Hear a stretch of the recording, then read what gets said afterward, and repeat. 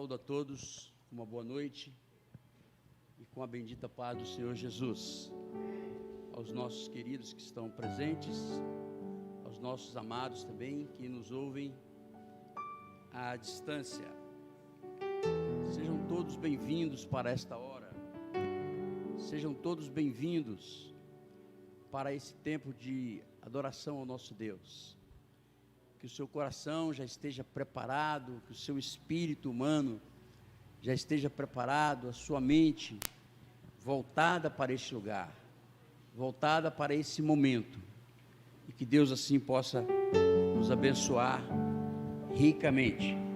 Nós queremos dar início orando ao Senhor neste momento, suplicando a Ele a sua bênção sobre as nossas vidas.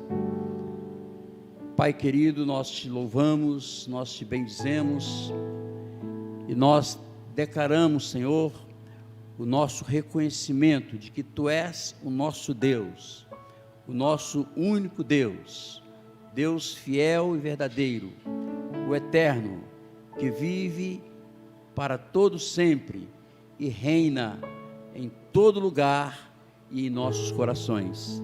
Senhor, nós queremos nesta hora, ao darmos início a este culto, Pai, queremos dizer a Ti, queremos dizer a todos os nossos ouvintes, queremos dizer, ó Deus, a todos os principados e potestades, que este culto é para o Senhor, este momento é para Ti, Senhor, a nossa devoção é para Ti, o nosso louvor é para Ti, ó Deus, todo ato de culto, todo gesto, toda palavra, todo cântico, Deus, nesta noite, é exclusivamente para o Senhor, porque somente o Senhor é digno de louvor, de honra e de adoração neste momento, Pai. Dá-nos a Tua graça, Abençoa os teus servos que estarão ministrando louvores. Sê com eles, ó Deus, sobre eles a tua graça, sobre eles a tua unção. Que a tua bondade também se estenda até o mensageiro que vai trazer a tua palavra nesta noite, Deus. Que haja da parte do Senhor, através do teu Espírito Santo, ó Deus, um agir, um mover na sua vida, no seu coração, na sua mente e na sua boca, Pai, nos seus lábios, para que, ó Deus, as nossas vidas sejam alcançadas, para que nós sejamos, ó Deus, nesta noite edificados, ensinados, instruídos e abençoados mediante a pregação da tua bendita palavra. Sê conosco, Deus, sê conosco. Nós pedimos isto orando em nome de Jesus. Amém. Amém. Vamos colocar de pé nessa noite. Cumprimento a todos com a paz do Senhor.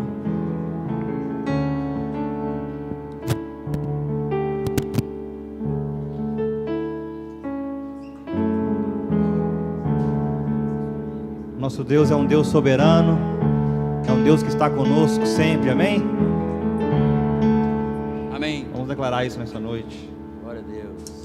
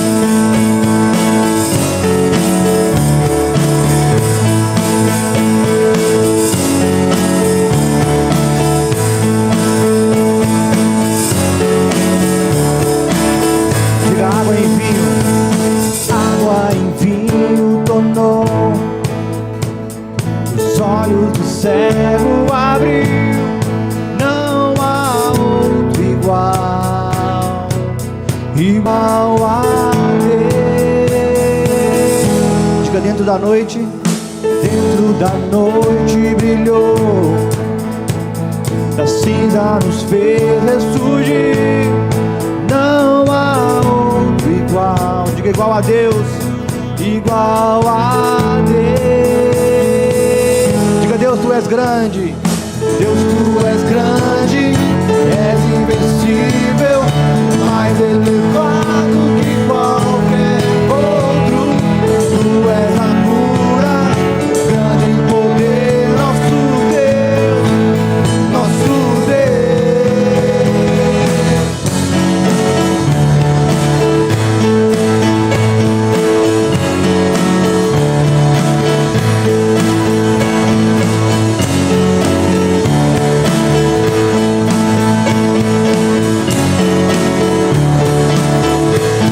Diga dentro da noite brilhou, da cinza nos fez ressurgir. Não há outro igual, igual a Deus, igual a Deus. Deus, tu és grande, Deus, tu és grande, és invencível, mais elevado que qualquer outro. Tu és a cura, grande em poder, nosso Deus, nosso Deus. Deus, tu és grande, Deus, tu és grande, és invencível, mais elevado que qualquer outro. Tu és a cura, grande em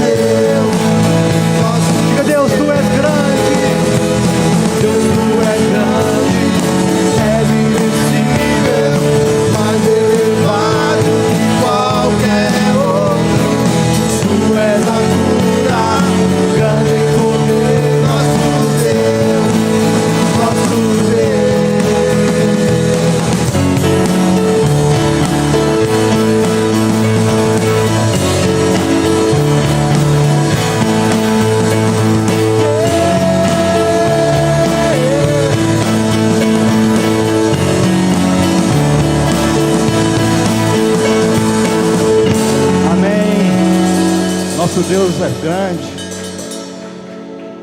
E nosso Deus nos ama de uma maneira especial, amém?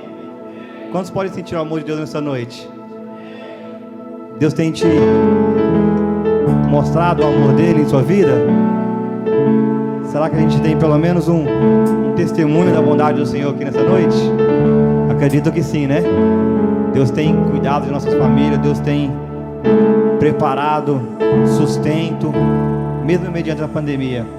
Então, nosso Deus realmente tem um amor diferenciado com nós, amém? Com certeza.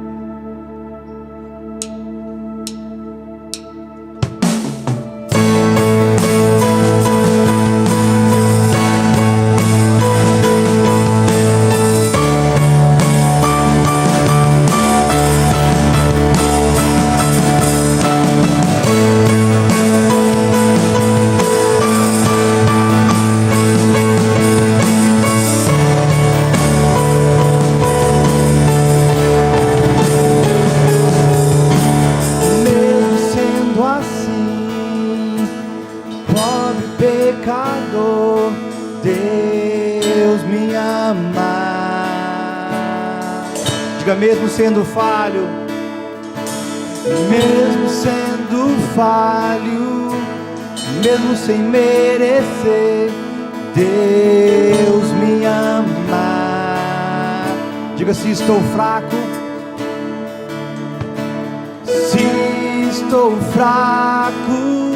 se eu estou caído, Ele não deixa de me amar. Diga: sem o seu amor, sem o seu amor, sem o seu perdão, o que seria de mim? Diga: Deus me amou tanto, Deus me amou tanto, que entregou seu filho pra morrer em meu lugar. Diga: Deus me ama.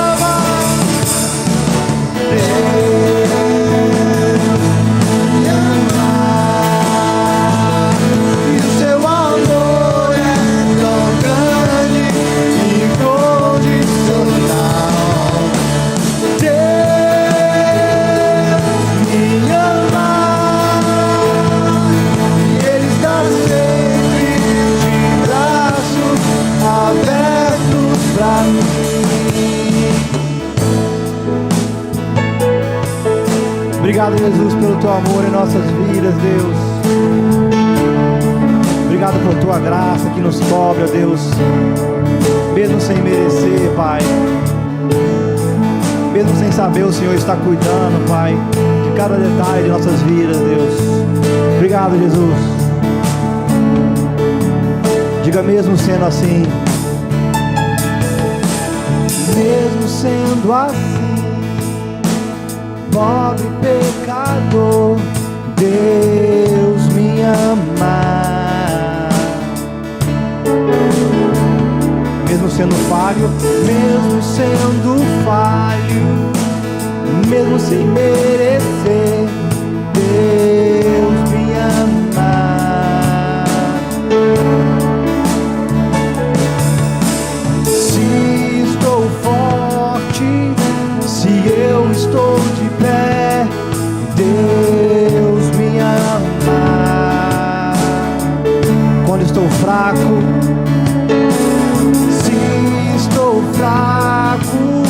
se eu estou caído, Ele não deixa de me amar. Diga: sem o teu amor, sem o seu amor, sem o seu perdão, o que seria de mim? Diga: Deus me amou, Deus me amou tanto, que entregou seu filho pra morrer em meu lugar. Declare: Deus me ama.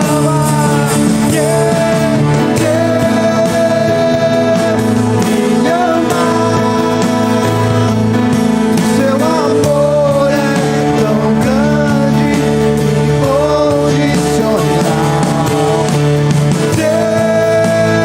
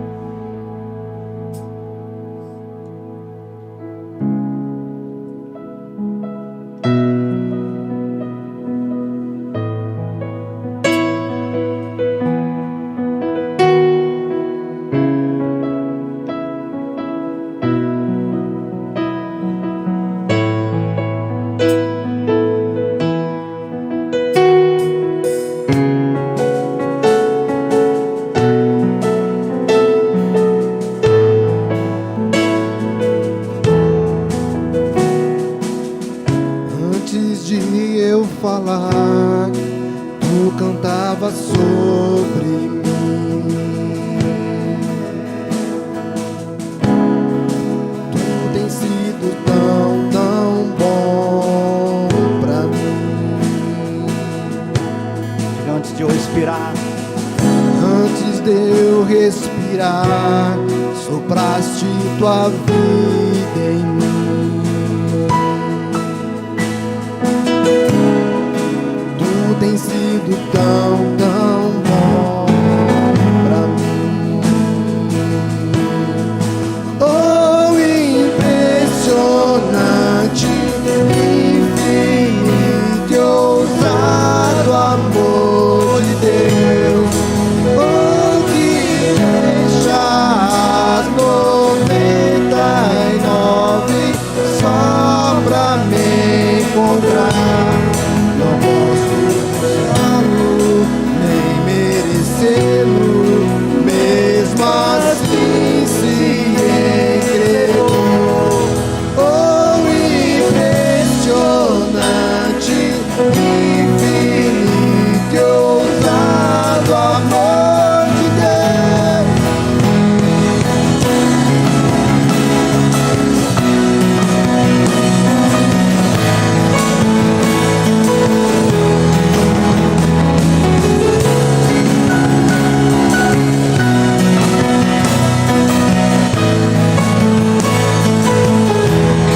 diga: inimigo eu fui, Inimigo eu fui, mas teu amor lutou por mim.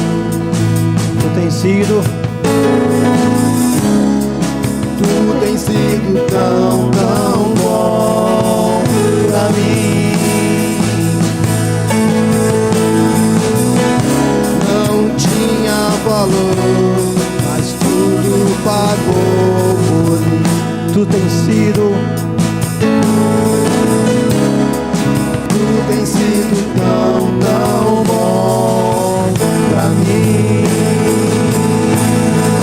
Oh, impressionante, infinito e ousado amor de Deus. Oh, que deixa as 99 só pra me encontrar. Não posso comprá-lo, nem merecê-lo, mesmo assim se entregou. Oh, impressionante, infinito e ousado amor de Deus.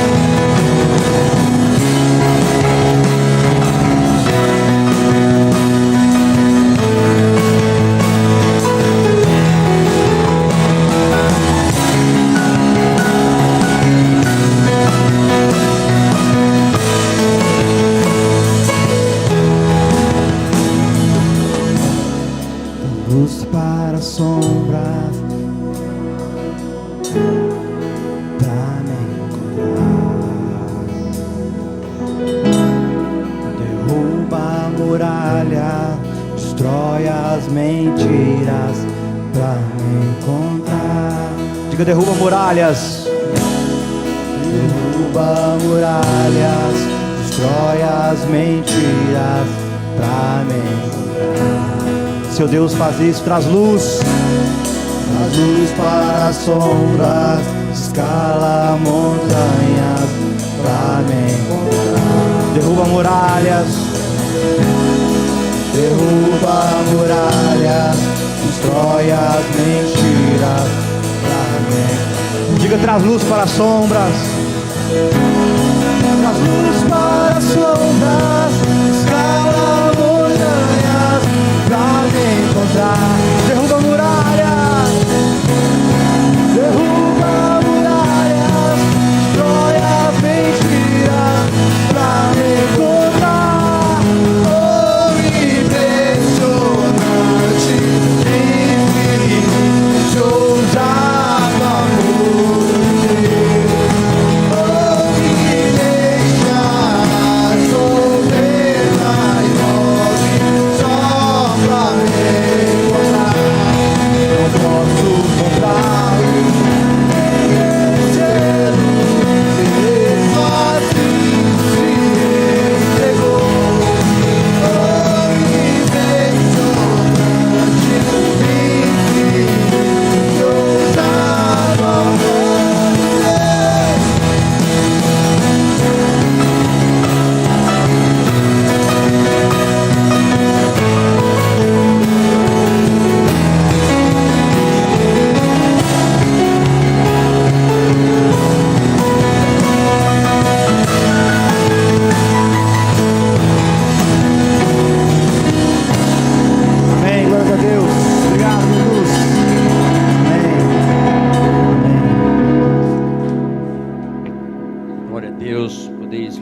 sentar. Amém.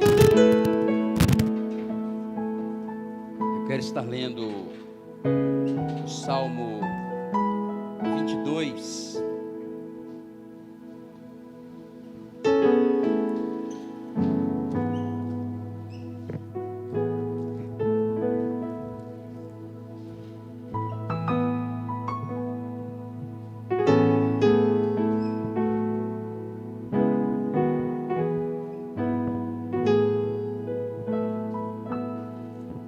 Salmo 22,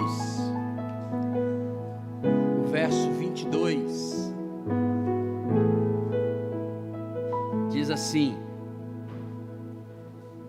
a meus irmãos declararei o teu nome, cantar-te-ei louvores no meio da congregação. Vós que temeis o Senhor, louvai-o, glorificai-o. Vós todos descendentes de Jacó, reverenciai-o, vós todos, posteridade de Israel. Pois não desprezou, nem abominou a dor do aflito, nem ocultou dele o seu rosto, mas o ouviu quando lhe gritou por socorro. De ti vem o meu louvor na grande congregação, cumprirei os meus votos na presença dos que o temem. Eu achei interessante esse salmo, porque ele é daqueles salmos que nos convida a estar na casa de Deus, a estar na casa do Pai, não é? Ele quer declarar o nome do Senhor e cantar a Ele louvores no meio da congregação, onde o povo se ajunta, não é? A eclésia, os que saem para fora e vêm para o louvor na casa de Deus. E ele diz também que ele não desprezou nem abominou a dor do aflito, não é? Não ignorou, nem ocultou dele o rosto, mas ouviu quando lhe gritou por socorro. Aí ele diz assim, no verso 25: de ti veio o meu louvor, não é? Quando nós queremos louvar o Senhor, temos que pedir a Ele inspiração, temos que pedir a Ele sensibilidade para fazer isto, temos que pedir a Ele cânticos novos para que possamos entoar a Ele, e é dele que vem esse louvor, esse desejo, esse prazer em glorificar o nome do Deus de Jacó. E ele diz assim: na grande congregação, não é? Deus está em todos os lugares, Deus está na nossa casa, Deus está com aqueles que nesse momento estão em casa, com a família, aqueles que porventura estão trabalhando nesta hora. Deus está presente, não é? Mas Deus quer nos congregar. Nós temos sido privados de congregar neste lugar, uma circunstância tal, que todos nós sabemos, mas Ele não abominou a nossa dor, nem ocultou de nós o rosto, mas ouviu-nos quando nós gritamos por socorro. De ti vem o meu louvor na congregação, no ajuntamento do povo de Deus. E aí ele diz: cumprirei os meus votos na presença dos que o temem. Esse é o lugar do voto, não é? Estamos aí vencendo cada dia novas etapas, e não podemos ser contrários as normas legais, não é? E vamos cumprindo. Estão pedindo que tenhamos cuidado, precisamos ter cuidado. Mas não podemos ser vencidos pelo medo. A nossa vitória vem de Deus, vem do Senhor. É Ele quem nos sustenta. Não podemos ser prudentes, não podemos agir como nécios, não podemos ser extravagantes, mas também não podemos sermos dominados pelo medo, pela insegurança, pela incerteza, não é? Glória a Deus por esse tempo de estarmos aqui na sua casa. Nós queremos nesse momento fazer a nossa meditação da oferta, não é? É um momento precioso, irmãos, quando nós também, com o nosso coração cheio de amor pela causa do Senhor, quando o nosso coração voltado para Deus se dispõe a contribuir na casa do Senhor.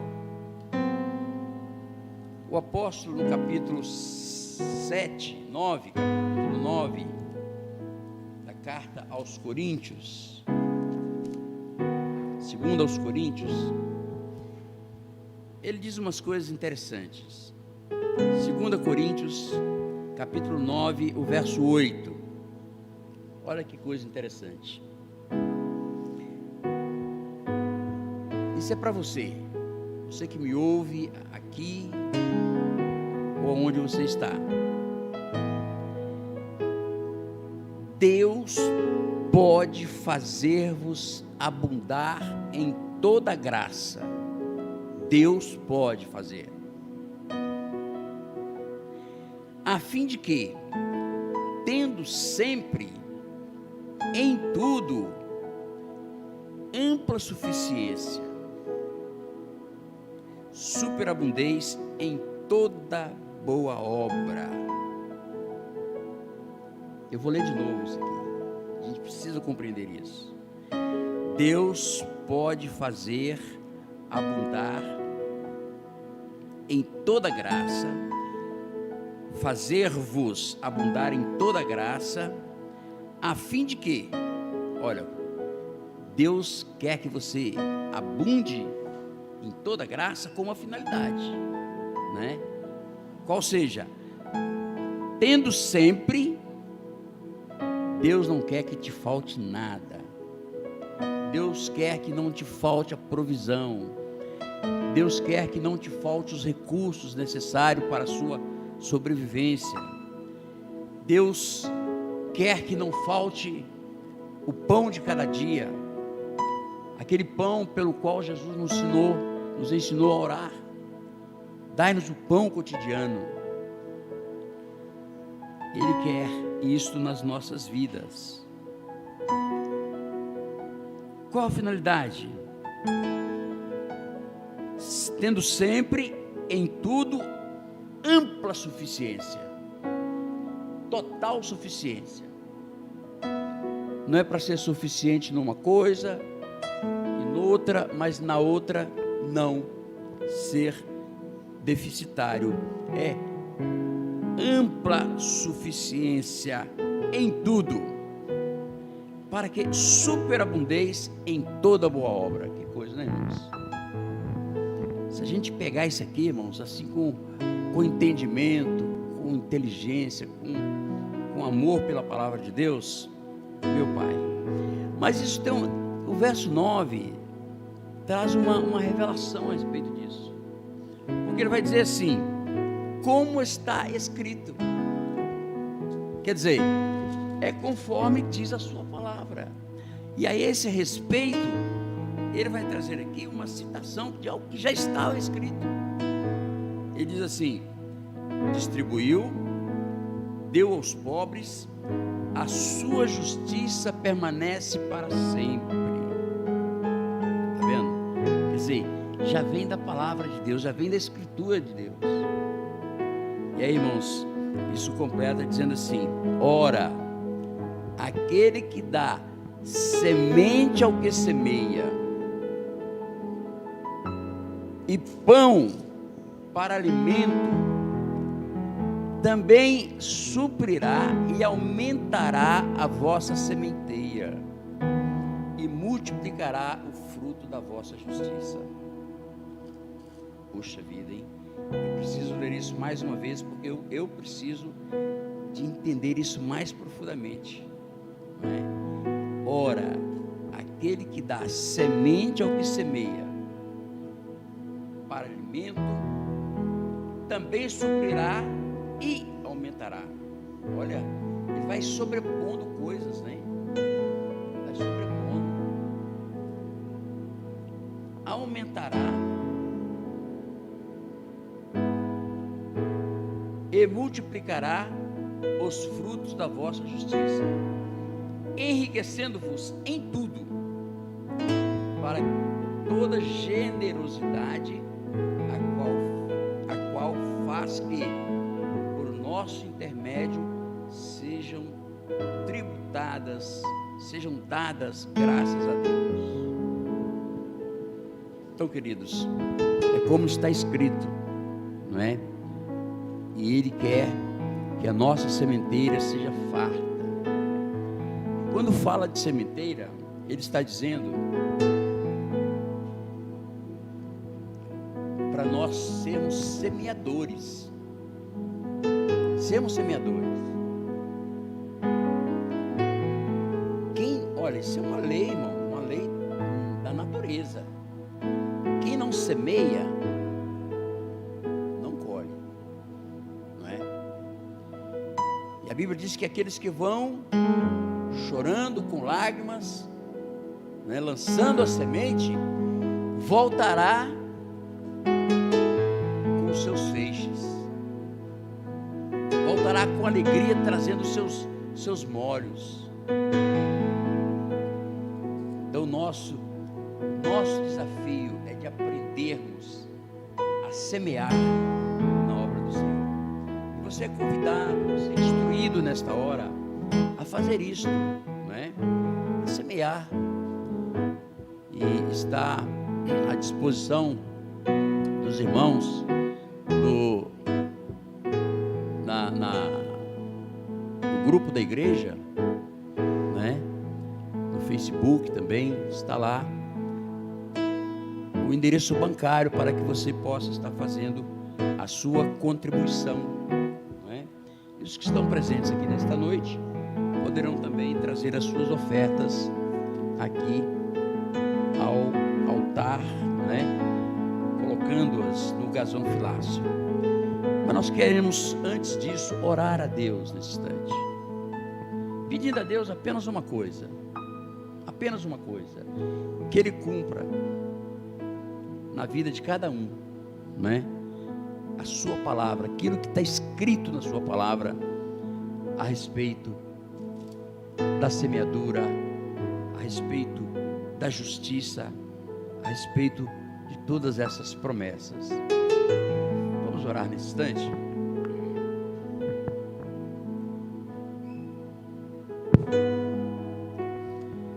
Pai, a tua palavra é bendita, sempre eterna, ó Deus. E a tua palavra é a verdade, Pai. A tua palavra não falha, Senhor. Passarão os céus e a terra, mas as tuas palavras, ó Deus, não passarão. Por isso eu te peço nesta hora que o Senhor esteja cumprindo na vida de cada um daqueles, ó Deus, que tem sido fiel ao Senhor, daqueles que têm sustentado esta obra, que o Senhor possa visitá-los com estas bênçãos aqui prometidas, ó Deus, que o Senhor possa multiplicar a sementeira, o ganha-pão, a renda, o lucro, ó Deus, toda sorte de bênção, Pai, na vida dos teus filhos, através deste serviço, Pai, desta contribuição desse sustento. Nós oramos pedindo isto em nome de Jesus. Amém. Você pode vir agora trazer a sua fé.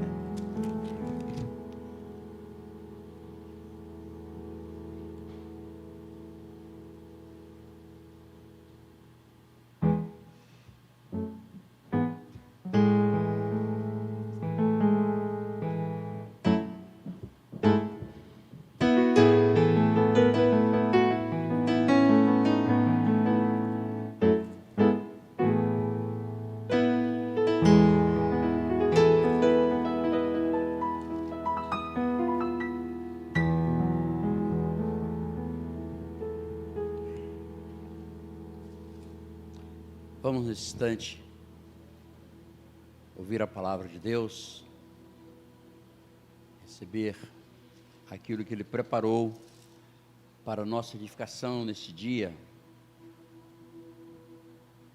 em nome do Senhor Jesus. Glória a Deus. Nós queremos pedir aos irmãos que estejam orando pela nossa nação, a nossa pátria, suplicando a Deus, irmãos, muita misericórdia dEle.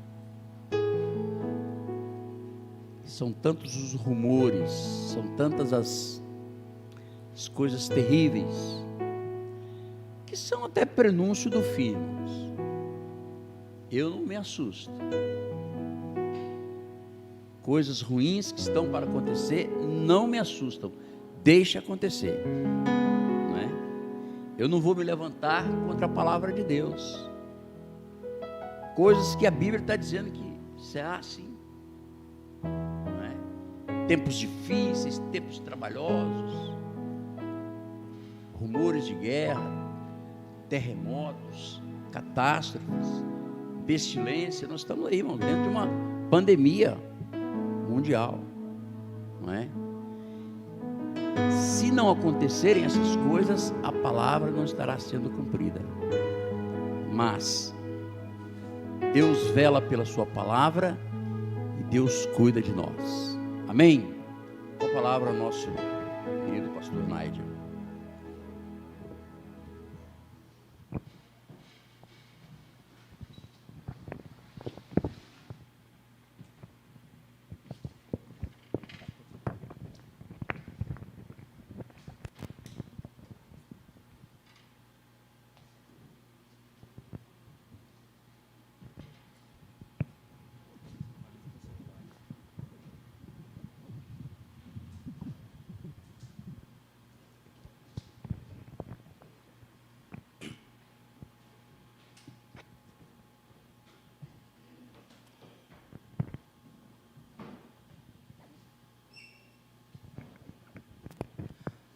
Graça e paz do Senhor Jesus a todos os irmãos, amém.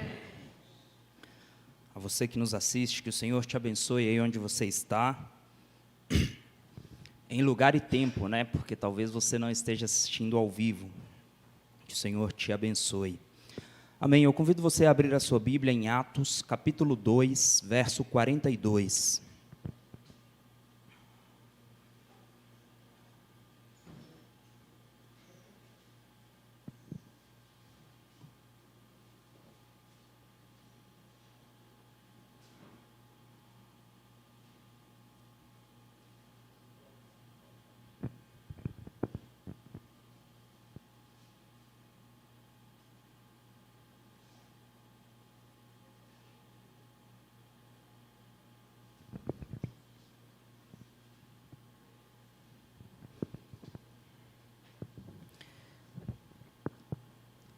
E perseveravam, Atos 2, 42, e perseveravam na doutrina dos apóstolos e na comunhão, no partir do pão e nas orações.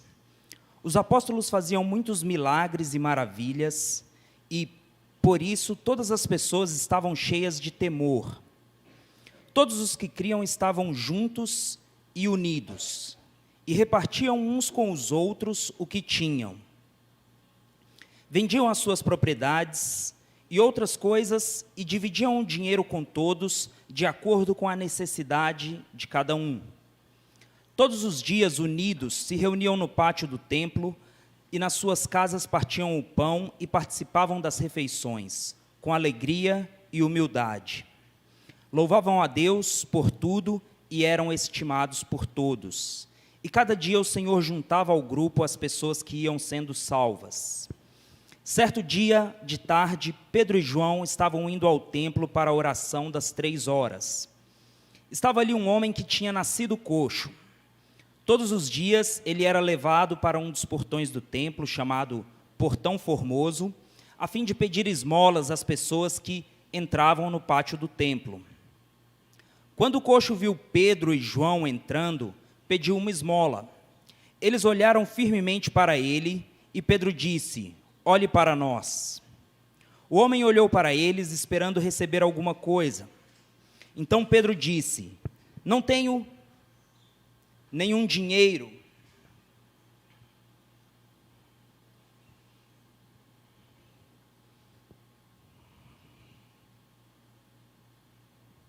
Ou em outra versão, e disse Pedro: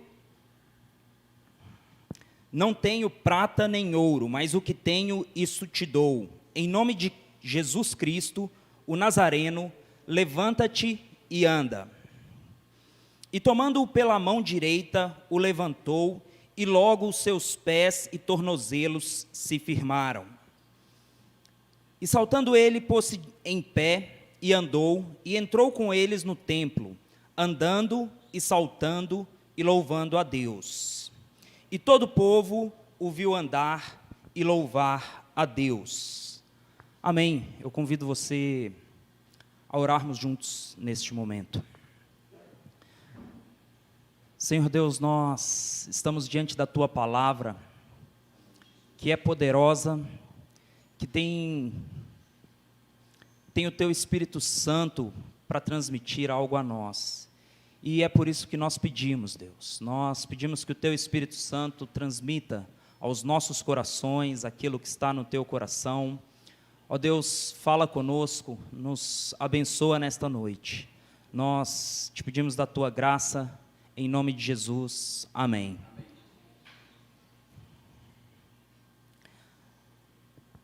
Nós estamos aqui nos primórdios da igreja, nos primeiros momentos da igreja, e são momentos que foram registrados. João, quando ele escreve o seu evangelho, ele fala assim: olha, tem muito mais coisa que aconteceu, tem muito mais coisa que Jesus fez, mas estas foram escritas para que creiais que Jesus é o Cristo e nele tenhais salvação. Aquilo que foi escrito não é tudo que Jesus fez. João falou, ele usa uma hipérbole, ele fala assim: poxa, daria livro demais, não caberia no mundo. Mas aquilo que foi escrito é o que é necessário para que vocês creiam em Jesus e tenham a salvação. Em relação a Atos dos Apóstolos, nós vemos aqui os primeiros passos da igreja.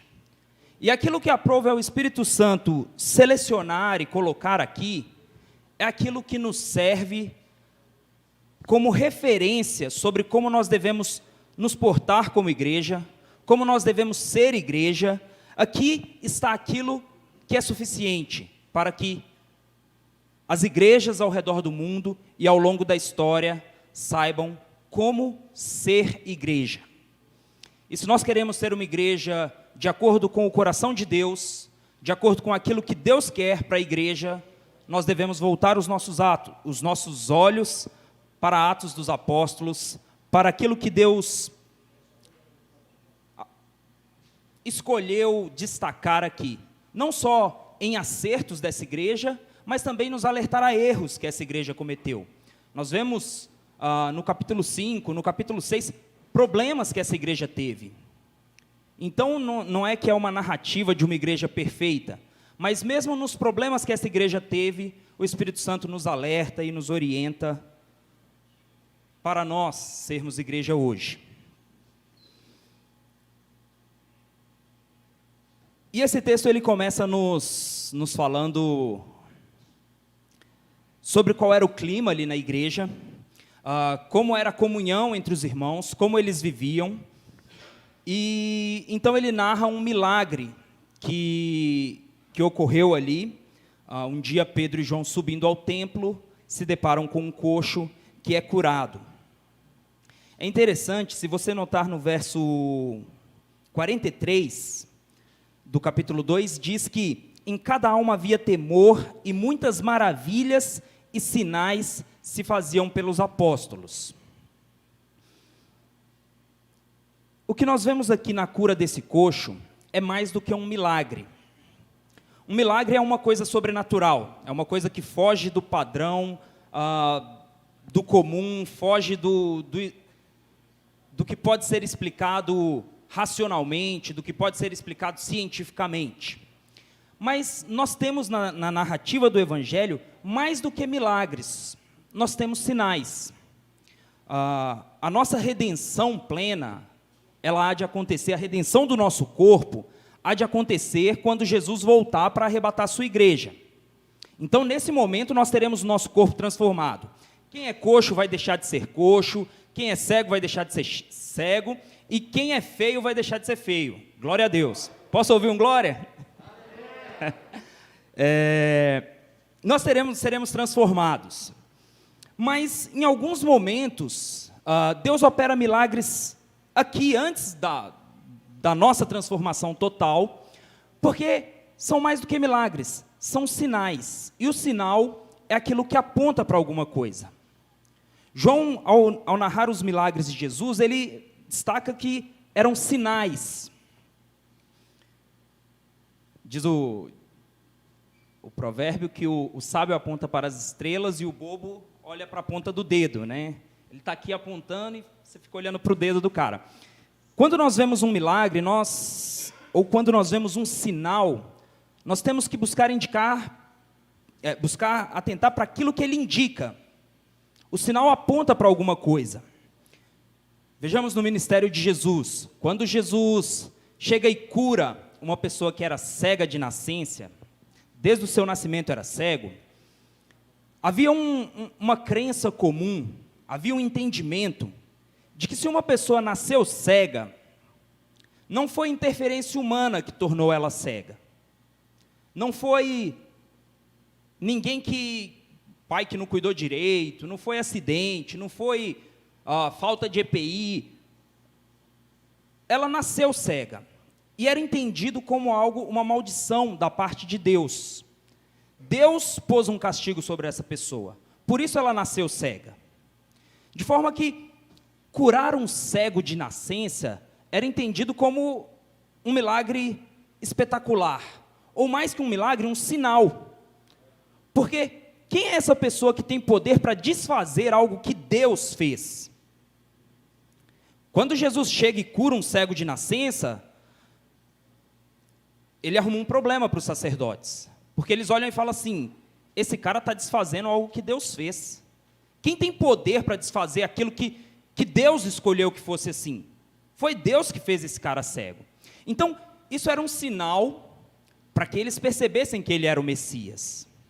Então, os milagres de Jesus, além de bondade, generosidade para com as pessoas, eles também chamavam a atenção para que eles estavam lidando com alguém especial, alguém que tinha um poder fora do comum, e chamava a atenção para que ele era o Messias. Outro sinal era a cura de um leproso. Quem tocava no leproso era considerado imundo. Jesus toca no leproso e o leproso fica curado. Numa única ocasião ele cura 10 leprosos. Pela lei de Moisés, eles tinham que ir ao templo, chegar no sacerdote e falar assim, olha, eu estou curado. O sacerdote ia lá e olhar, examinar a pele, fazer um exame nele, ele apresentava uma oferta pela sua cura, e o sacerdote ia começar uma sindicância. Como uma pessoa foi curada da lepra? Isso não é uma coisa comum, não era uma doença para a qual tinha cura. Isso era um sinal. No momento que Jesus cura 10 leprosos, e eles vão ao sacerdote, ele arruma um problema para os sacerdotes, porque eles têm 10 processos aqui para investigar, e na hora que eles chegam, todos foram curados pela mesma pessoa. Se seus corações não tivessem endurecidos, os líderes religiosos daquela época perceberiam que ali estava o Messias, estava aquele que foi enviado por Deus. Nós temos aqui na vida da igreja alguns sinais, e sinais que nos apontam agora não para Cristo, mas a pessoa que tem proeminência, a forma como Deus se revela na igreja é através do Espírito Santo. O Espírito Santo é que enchia de poder a igreja, e os sinais, os milagres aqui feitos, apontavam para aquilo que o Espírito Santo, para a presença do Espírito Santo, para aquilo que o Espírito Santo pode fazer e faz na vida da igreja. Eu gostaria de meditar com os irmãos em 3 marcas de uma igreja cheia do Espírito Santo. 3 marcas de uma igreja que é marcada pela presença e pela atuação do Espírito Santo. Não existe ministério de Jesus sem Jesus, não existe igreja de verdade sem o Espírito Santo atuando, sem Deus atuando e trabalhando na igreja.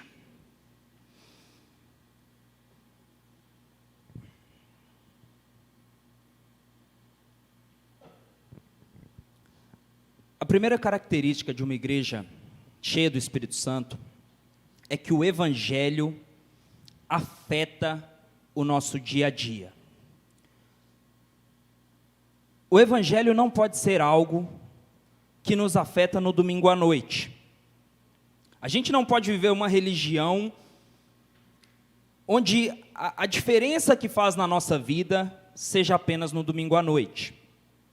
Mesmo que seja grande, mesmo que você chegue aqui no culto, você chore, você sinta a presença de Deus, você se emocione, você ouça uma palavra que te edifique, que você saia abençoado. Se isso não altera o seu dia a dia, você não está vivendo tudo aquilo que o Espírito Santo tem para oferecer na vida da igreja. O verso 42 nos diz que aqueles irmãos perseveravam na doutrina dos apóstolos e na comunhão e no partir do pão e nas orações. Qual é o significado de comunhão? Qual é o significado de partir do pão para questões religiosas? O que tem a ver a minha refeição com religião? O que tem a ver comida com religião? Pois bem, tem tudo a ver. O agir de Deus, ele afeta o nosso dia a dia, afeta o nosso relacionamento com as pessoas. E não existe evangelho cheio do Espírito Santo que não altere o jeito como eu me relaciono com as pessoas. Esses irmãos, o relacionamento deles mudou. O jeito como eles olhavam uns para os outros mudou. E isso é notável se nós pensarmos em que cidade eles viviam. Eles viviam em Jerusalém. Jerusalém era um centro religioso, hoje ainda é, né? Era um centro religioso, talvez tenha alguma coisa com aquela cidade, né? Hoje é dividido é disputado por judeus, protestantes e islamitas.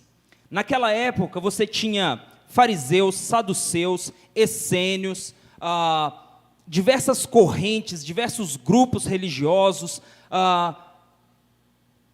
que disputavam ali, de forma que a cidade era marcada por uma constante rivalidade, uma constante contenda. Era gente que achava que os judeus não deviam obedecer a Roma. Aí você tinha os zelotes, que era um povo mais revolucionário, achava que que eles tinham que partir para a briga. Você tinha os fariseus, que viviam em contenda com os saduceus. Tem momento que chega para Jesus os saduceus fazendo pergunta para espetar os fariseus. Senhor, como é que é isso e isso? Justamente porque pensava diferente. A cidade ela era marcada por divisão, ela era marcada por contenda, ela era marcada por pensamentos diferentes. Nós experimentamos nas últimas eleições um pouquinho desse gosto, né? Como ficou insuportável a rede social, como as opiniões se polarizaram, como as pessoas ficaram contundentes, e de ofender, e de xingar, e eu não sei, né, talvez... Eu, por exemplo, fui excluído, teve gente que me excluiu do Facebook. E olha que eu nem sou dos que mais posta, eu não sei, mas como os ânimos estavam alterados. E no meio daquela cidade, de ânimos alterados, de opiniões divergentes, de gente, tudo no clima Aécio versus Dilma, coxinha versus, qual que é o outro? Mortadela, naquele clima de briga, apareceu ali uma comunidade de pessoas que conseguiam comer juntas, que conseguiam desfrutar de comunhão, que conseguiam repartir o pão. O texto nos diz, é lindo a narrativa, porque fala assim, verso 46, perseverando unânimes todos os dias no templo, e partindo o pão em casa, comiam juntos com alegria e singeleza de coração. A presença do Espírito Santo marcou a vida daquela igreja, porque dentro dela haviam pessoas que comiam juntas com alegria e singeleza de coração. É difícil a gente falar do Evangelho para alguém de fora e trazer a pessoa para a igreja, se ela chegar aqui e ela ver contenda, facção, briga, disputa. Tem certos ambientes religiosos em que você fala assim, puxa vida, não dá para conviver aqui. É egos inflamados, é inveja, é orgulho, é briga, é que eu estou a favor de fulano, é que eu estou a favor de ciclano. Certos ambientes que não demonstram a graça de Deus. As pessoas precisam ver o Espírito Santo na nossa vida quando a gente senta para comer. As nossas conversas na mesa de domingo, a forma como a gente conversa um com o outro, precisa expressar aquilo que Deus tem para as pessoas. Porque diz que, em seguida, diz que eles comiam juntos com alegria e singeleza de coração, louvando a Deus e caindo na graça de todo o povo. Uma igreja cheia do Espírito Santo, ela tem que atrair as pessoas. Nossa, a gente passa muito tempo no seminário aprendendo apologética, aprendendo a defender a fé. Aí a gente sabe contra-argumentar contra um ateu, a gente sabe contra-argumentar contra um herege, a gente sabe defender a Bíblia, defender a doutrina, e a gente se enche de verdades e de razões, quando o que nos faz cair na graça do povo não são os nossos argumentos. Às vezes a gente entra numa discussão, a gente ganha a discussão e perde a pessoa. Agora, quando a gente come junto, com alegria e singeleza de coração, quando alguém convive com as pessoas da igreja e fala assim, esse povo é diferente, eles se amam. Há um relato histórico, né, onde um imperador, uma carta que o imperador escreve para outra pessoa, isso, fato histórico, não está na Bíblia, né? Uma carta que o imperador escreve a outra pessoa e ele comenta sobre os cristãos, já tinham ganhado volume, já tinham ganhado proeminência no império, e ele escreve, comentando sobre os cristãos, um povo assim, assim, assado, não sei o quê, e aí no final ele diz assim, mas uma coisa a gente tem que aprender com esse povo, eles sabem cuidar dos pobres deles. Essa igreja aqui, é impensável a gente não é comunista, eu não sou a favor de divisão de tudo igual para todos, mas é justo ter cristão tendo fortuna, acumulando verdadeiras fortunas, e ter cristãos passando fome, ter missionários passando fome. Irmãos, é muito criticado, porque às vezes um pensamento marxista tenta se apropriar desse texto, mas isso é para chamar a gente para reflexão. Desigualdade social é um problema da igreja. A gente não pode fechar os olhos e...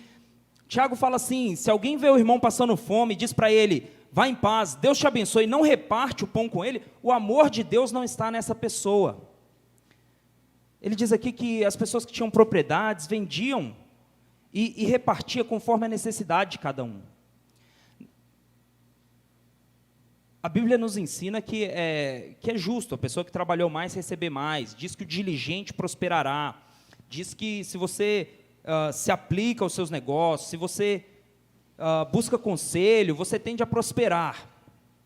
Então, de fato, o preguiçoso também condena a preguiça, condena o preguiçoso, condena o cara que não quer trabalhar, o cara que é desperdiçador, o cara que é braço curto. A Bíblia não dá boi. Paulo, nas cartas, ele vai dizer assim, quem não quer trabalhar também não come. Tinha uns irmãos meio folgados que falaram assim, Jesus já vai voltar mesmo, então daqui a pouco ele está voltando, trabalhar, fazer faculdade, e montar negócio, abrir empresa. Não, hoje eu como na casa do irmão fulano, amanhã eu como na casa do irmão ciclano. Paulo vira e fala assim, olha, quem não quer trabalhar também não coma. É bem claro. Fala assim, não, você acha que não precisa trabalhar porque Jesus já está voltando? Então também não come não, porque Jesus já está voltando. Você vai ver ele rapidinho.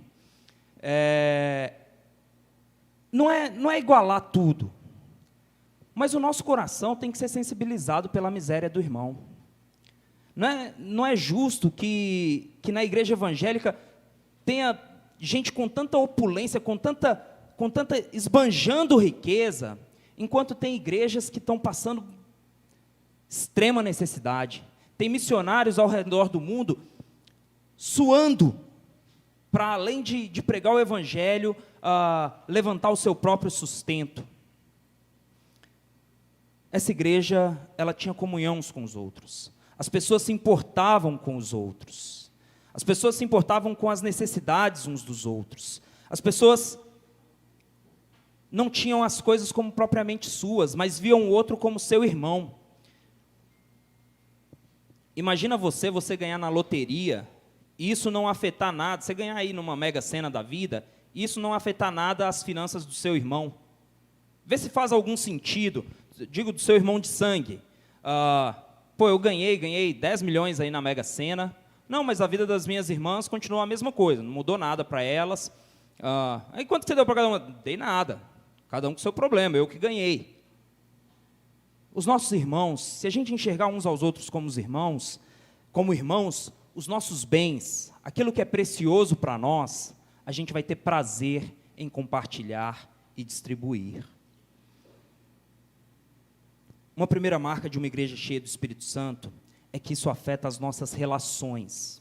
O que atraía as pessoas todos os dias era a alegria, a singeleza, a simplicidade, o trato das pessoas umas com as outras.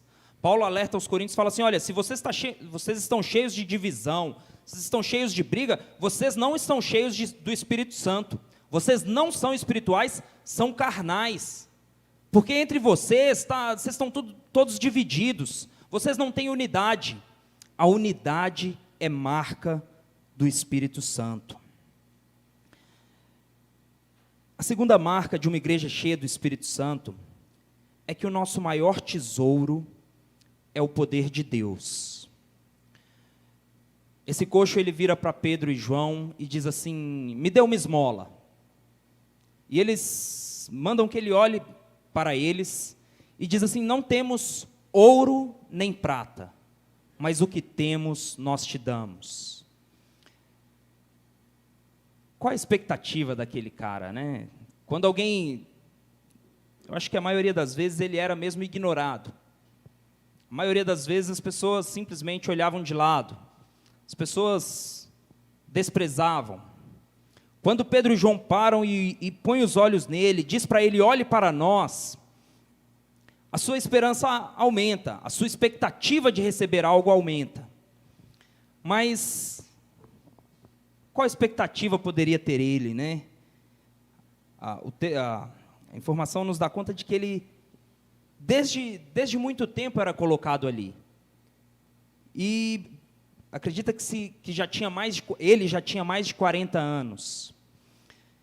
E o texto nos diz que ele olha para eles esperando receber alguma coisa. O mundo olha para a gente esperando receber alguma coisa. Quando a gente usa o nome de Deus, quando a gente se declara povo de Deus, as pessoas olham para a gente esperando receber alguma coisa. O mundo quer saber o que a igreja tem para oferecer, qual é a razão de ser de vocês, o que você tem para oferecer de resposta ao mundo, o que você tem para oferecer de resposta aos problemas da cidade, que diferença a igreja faz na cidade, na vizinhança, o que ela muda nas pessoas que estão ao redor dela, em quem convive com as pessoas da igreja no trabalho, quem convive com as pessoas da igreja na escola, o que isso muda? As pessoas esperam uma resposta da igreja. E há um texto bíblico em Mateus 5, que diz que não se esconde uma lâmpada, diz que nós somos a luz do mundo, e que não se esconde uma lâmpada embaixo de uma vasilha. Mas a gente põe ela nos lugares altos, no velador, para que ela ilumine toda a casa. E em algum momento a igreja entendeu, por parte de pastores, por parte de líderes, que isso significa que as pessoas da igreja têm que alcançar as posições de sucesso. O dia que a gente tiver um presidente evangélico, o dia que a gente tiver os juízes evangélicos, o dia que as pessoas que exercem as posições de destaque forem evangélicas, o mundo estará melhor servido em relação à manifestação do evangelho. Infelizmente, a concretização disso muitas vezes nos mostra que não é verdade. Pedro e João poderiam ter ouro e prata, e eles teriam algo a dar àquele homem. Mas o que eles tinham a dar era muito mais do que o ouro e prata. Eu acho, abro um parênteses, eu acho muito bom que pessoas evangélicas assumam posições importantes. Você tem um juiz que é temente a Deus, você tem um governador, um prefeito, um vereador que é temente a Deus, isso é bom para a cidade. Provérbios diz que quando o justo governa, há paz. Então, isso é bom. Mas isso é bom para a sociedade.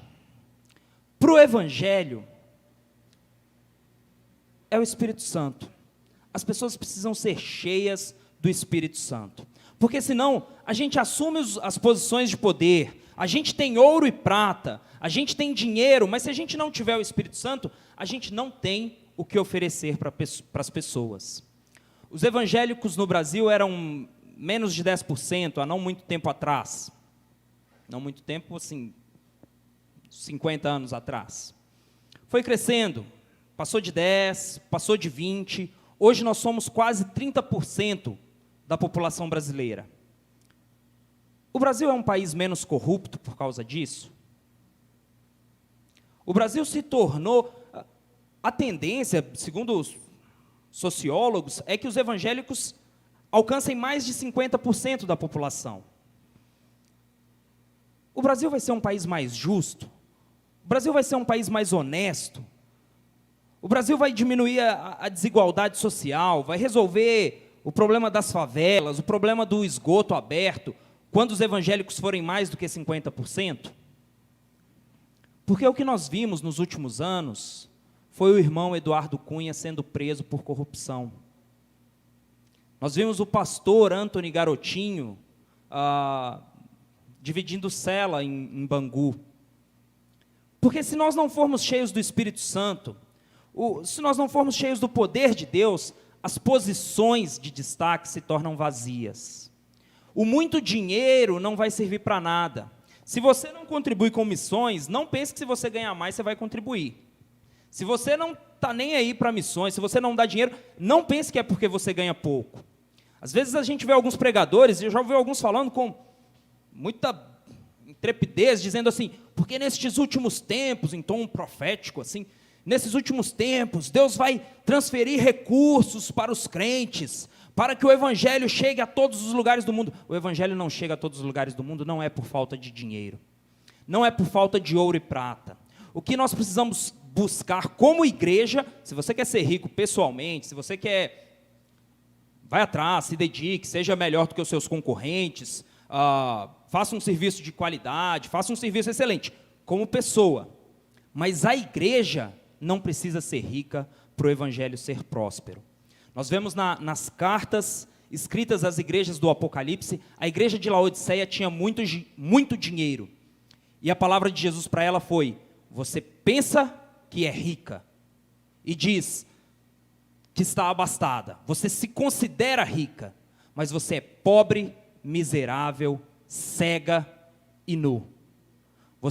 Eu te aconselho que compre de mim ouro refinado, vestes brancas e colírio para os teus olhos. Nas cartas aos Apocalipse, uma igreja que era muito rica foi considerada por Jesus pobre. E a igreja de Esmirna, que era uma igreja muito pobre, e Jesus fala assim: eu conheço a sua pobreza, eu sei que eu sei a sua tribulação, a sua luta, e conheço a sua pobreza, mas você é rica. A igreja que não tinha recursos, a igreja que não tinha grandes templos, a igreja que não tinha jatinho para os pastores, a igreja que não tinha carrão para os membros, a igreja que era perseguida, é apontada por Jesus como uma igreja rica. Não há problema no dinheiro. Se você tiver ele no lugar certo, se Deus for a sua prioridade, eu torço para que você seja próspero, para que você tenha bastante dinheiro. Mas o nosso maior bem é o poder de Deus. Há uma ocasião em que o Papa, caminhando junto com Santo Agostinho, e ele mostra para Santo Agostinho a Basílica de São Pedro, construída...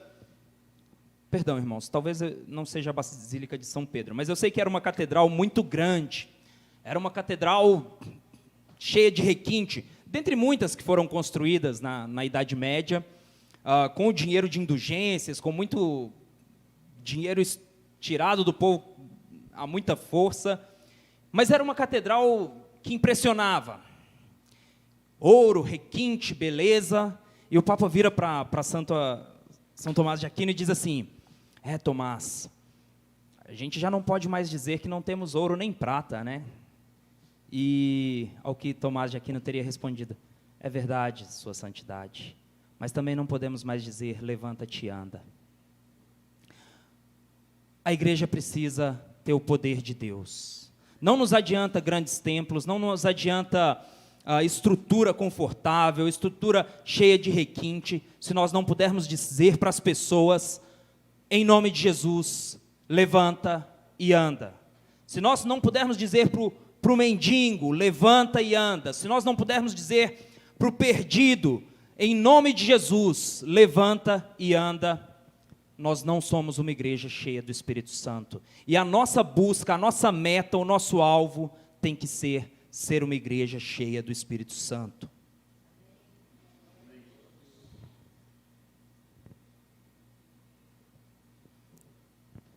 Em terceiro lugar, isso que eu disse antes, diz respeito não só à nossa igreja, mas à igreja no Brasil.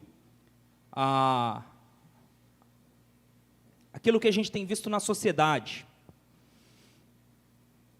Mas tem algo que diz mais respeito a nós. E a terceira característica de uma igreja cheia do Espírito Santo é que a igreja é um lugar de transformação. Recentemente eu li um artigo cujo título era As Pessoas Não Mudam.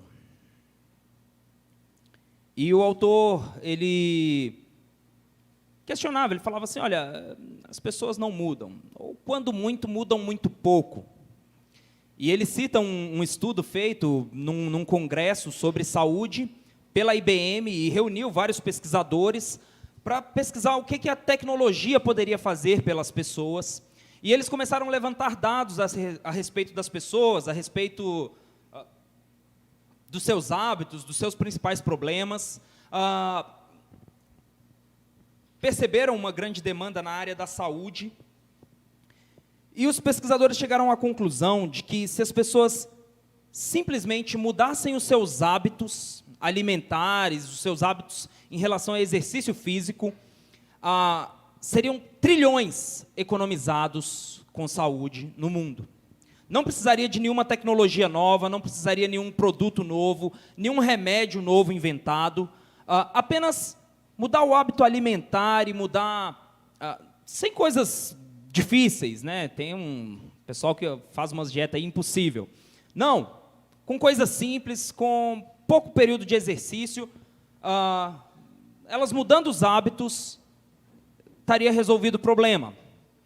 Mas nessa pesquisa, os pesquisadores chegaram também à conclusão de que as pessoas mudam muito pouco. Mesmo que isso represente anos a menos de vida, mesmo que isso represente muitas complicações, ainda assim, a maioria das pessoas não muda seus hábitos alimentares. A maioria das pessoas não muda significativamente. E, na verdade, é interessante o fato que, mesmo diante da morte, quando o médico vira e fala assim, se você não parar de fumar, você tem mais tantos meses de vida. Se você não mudar tal hábito, você tem mais tantos meses de vida. 1 em cada 10 pessoas muda os hábitos ao receber uma notícia dessa. Em 10 pessoas, quando você dá o checkmate, fala assim, olha, se você não mudar, você vai morrer, apenas 1 em cada 10 muda. A experiência no dia a dia, às vezes, nos leva a pensar assim também. Nós vemos gente que entra ano e sai ano, e a pessoa não muda. Nesse artigo, o pastor fala assim,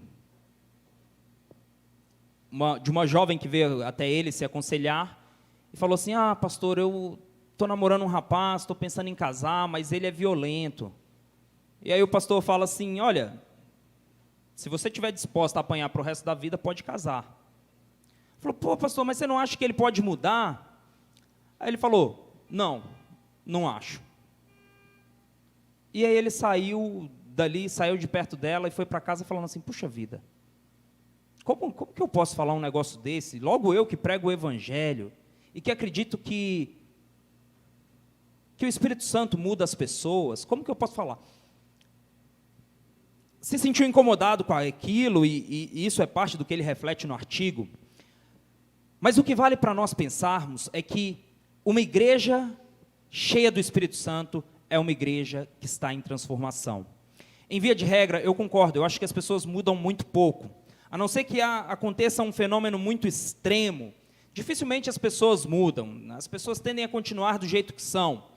Quando não mudam para pior, se tornam menos diligentes, se tornam mais nem aí com a vida. Mas na igreja tem que ser diferente. Veja que esse homem, ele estava sentado à porta do templo há mais de 40 anos. É triste pensar que, às vezes, dentro da igreja, tem gente que está há anos na igreja, há muitos anos, e continua com os mesmos vícios, os mesmos defeitos, as mesmas falhas de caráter. Nós, como igreja, precisamos ser pessoas que estão sendo transformadas. Se você é a mesma pessoa que você era 10 anos atrás, tem algo de errado com você. Se você não está sendo transformado, o objetivo do Espírito Santo é nos transformar à imagem de Cristo. E se o Espírito Santo estiver atuando dentro da igreja, as pessoas vão ser transformadas. Nós precisamos estar evoluindo, a gente precisa estar sendo transformado de glória em glória. O apóstolo Paulo diz assim, olha, eu não julgo que eu já tenha alcançado a perfeição, eu prossigo para o alvo, eu deixo para trás as coisas que ficam para trás e prossigo para o alvo. O cara já era o apóstolo Paulo, e ele fala assim, eu estou andando ainda, eu estou prosseguindo para o alvo, porque ele já era Paulo, a gente olha e usa como referência, de cristão, de vida, de caráter, ele olha e fala assim, eu tenho um alvo que é Cristo, enquanto eu não tiver a imagem de Cristo, eu não tenho por que parar. Se você é crente, você tem que estar em transformação, o seu caráter tem que estar sendo transformado, com o passar dos anos eu tenho que me tornar uma pessoa menos preconceituosa. É inaceitável que a gente passe anos na igreja e com o passar dos anos eu não me torne uma pessoa menos machista, eu não me torne uma pessoa mais amável com as pessoas, mais humilde, mais atento ao próximo, mais atento às necessidades da pessoa.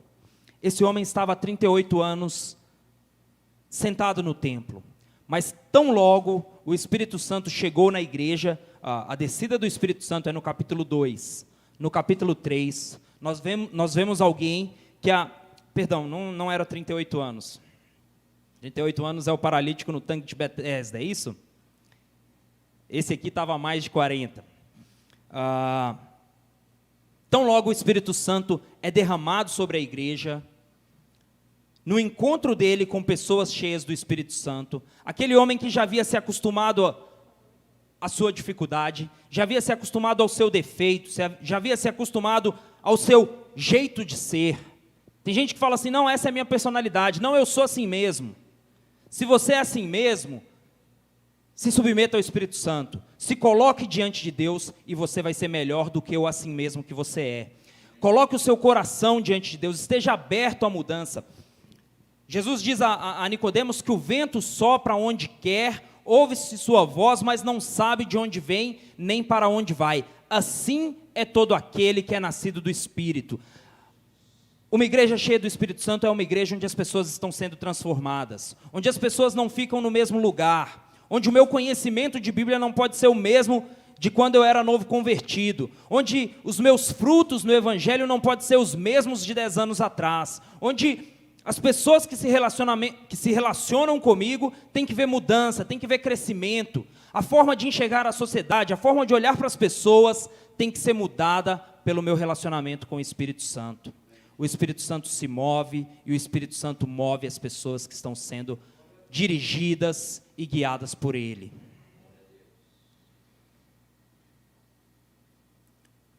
E eu concluo convidando você a colocar o seu coração diante de Deus. Qual é a sua paralisia? Qual que é o defeito que você fala assim, puxa vida, já faz tempo. A gente pode experimentar o perdão de Deus, e isso é bênção. Uma das coisas mais maravilhosas do Evangelho é o perdão que Deus nos oferece. Mas Deus também nos oferece e nos convida à libertação do pecado. A libertação dos nossos vícios, dos nossos erros, das nossas imperfeições. Caminhar com Deus é crescer. Caminhar com Deus é desenvolver-se como pessoa. E eu convido você a orarmos neste momento. Porque o Espírito Santo tem poder para agir na sua vida.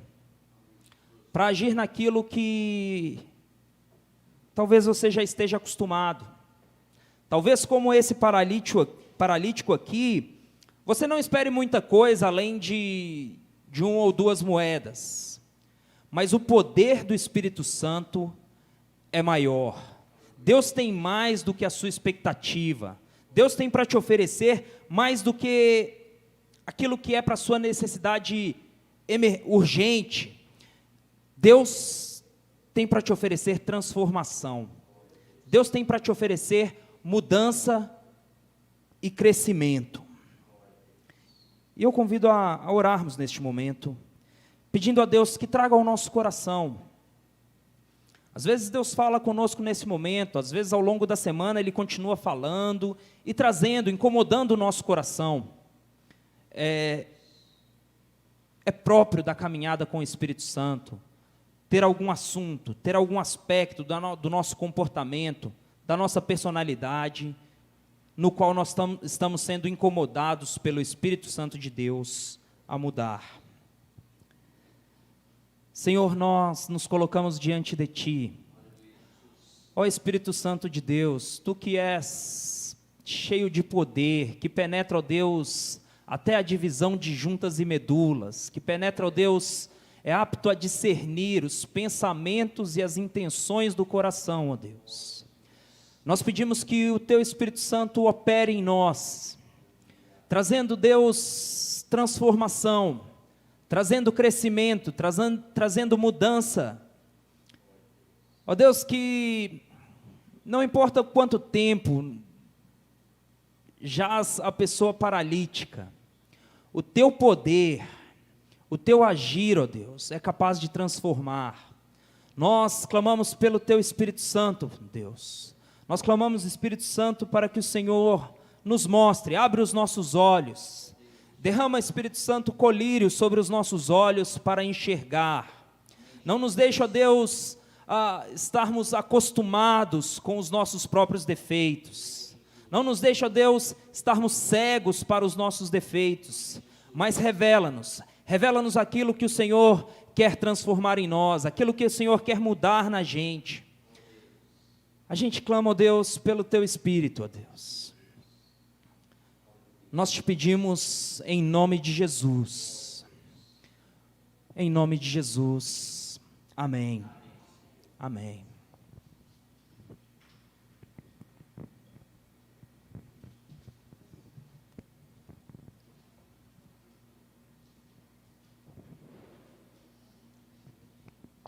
Amém, Jesus.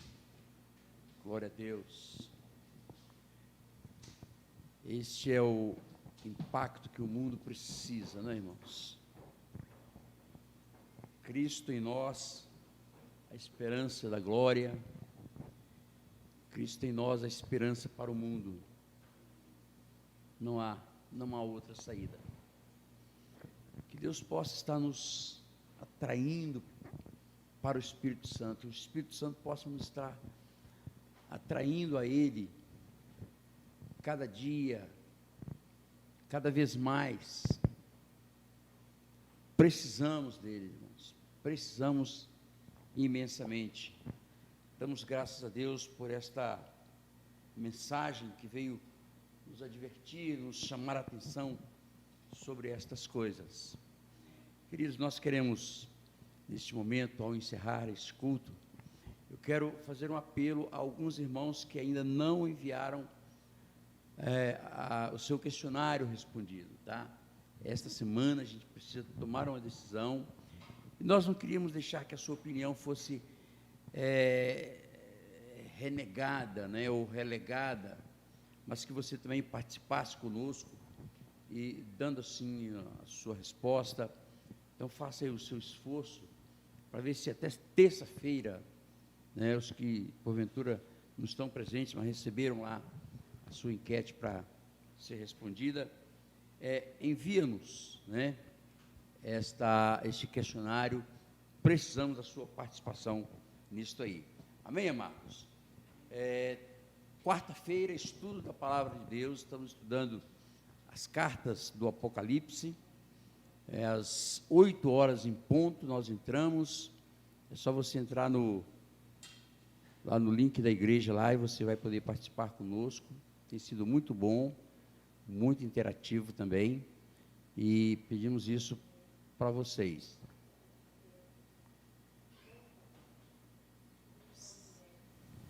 Na sexta-feira as irmãs têm orado, né?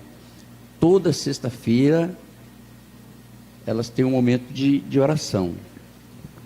E eu, quando falo disso, eu fico incomodado. Por que os homens também não têm um momento de oração? No mesmo dia, no dia seguinte, não é? Precisamos disso também. Que Deus nos abençoe, dê uma semana de bênção, de vitória. Vamos colocar de pé e vamos encerrar neste momento. Senhor, obrigado por esta oportunidade de termos estado na Tua casa e trazido ao Senhor o nosso culto, Pai. Muito obrigado. Obrigado pela Tua palavra lida e explicada, que o Teu Espírito Santo possa colocá-la dentro de nós, Pai, dentro do nosso coração, para além do nosso entendimento, da nossa compreensão.